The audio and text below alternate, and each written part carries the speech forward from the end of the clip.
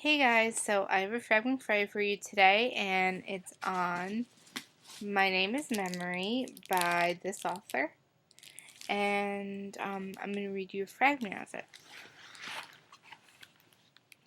When he first appeared at school, there was a lot of commendation about him because he was extremely good looking. He was tall, strong-boned, and self-possessed, and his clothes were a little nicer than most other kids. At first, the coaches were sniffing around for him to play football because of his size, but he didn't pursue it. As it was a small town and bored town, hopeful town, kids talked and rumors started. The rumors were enabling at first when he made some mistakes. He didn't show up to Melody Sanders' Halloween party, even though she invited him personally in the hallway and everybody saw it. He talked to Sonia Frey straight through an annual junior/senior picnic, even though she was untouchable, freak to people like Melody.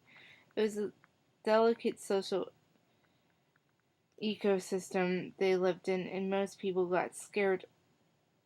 off got scared off him by the first winter, except Lucy. She herself didn't know why not. She didn't respect Melody or her posse of yeah girls, but she trod carefully. She had marks against her to begin with, and she didn't want to be an outcast. She couldn't do that to her mother, not after what she'd already been through with her sisters.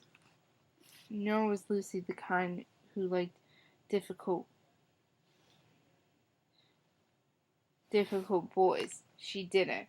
She had the weird idea, kind of fantasy actually, that she could help him. She knew what it was like to be on the outside and inside of this school, and she knew what it took to maintain yourself through both. She sensed that he bore a heavier weight than most other people, and it gave her a strange aching empathy for him. She honored herself with the idea that maybe he needed her, that maybe she was the one who could understand him. He showed no sign of sharing the view. In almost 2 years, he hadn't spoken to her once. But one time she stepped on his shoe lace and apologized to him, and he stared at her and muttered something. She felt nagging and uneasy afterward, and her mind kept going back to it, trying to figure out what he had said, what he meant, but she finally decided that she hadn't done anything wrong, and it was his problem going around with his shoe untied in the senior hallway at 3 in the afternoon. "Do you think I'm overthinking this?" she asked Marnie. Marnie looked at her as though it took a restraint not to claw her hair. "Yes, I do. I think you are overthinking this. If there was a movie about you, it would be called I Am Overthinking This." She laughed the time at the she laughed at the time and worried later. Marnie wasn't trying to be mean. Marnie loved her better and more honestly than anyone else in the world.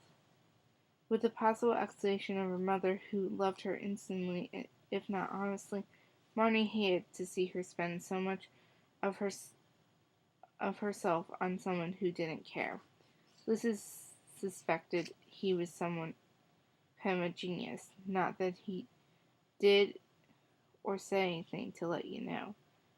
But once she sat beside him in English class, sneaking looks when the class was discussing Shakespeare, she'd seen him, his big shoulders high over his notebook, raining sonnets from memory, one after another, in beautiful slanting script that made her think of Thomas Jefferson's drafting of the Declaration of Independence. He had a look on his face that made her believe he was as far as he could be from a small, boxy classroom with the stuttering for lesson light, the gray linoleum floor, and the one tiny window. "I wonder where you came from," she thought. "I wonder why you ended up in this place." So that was my fragment for you. My name is Memory, and I will see you guys next week. Bye, guys.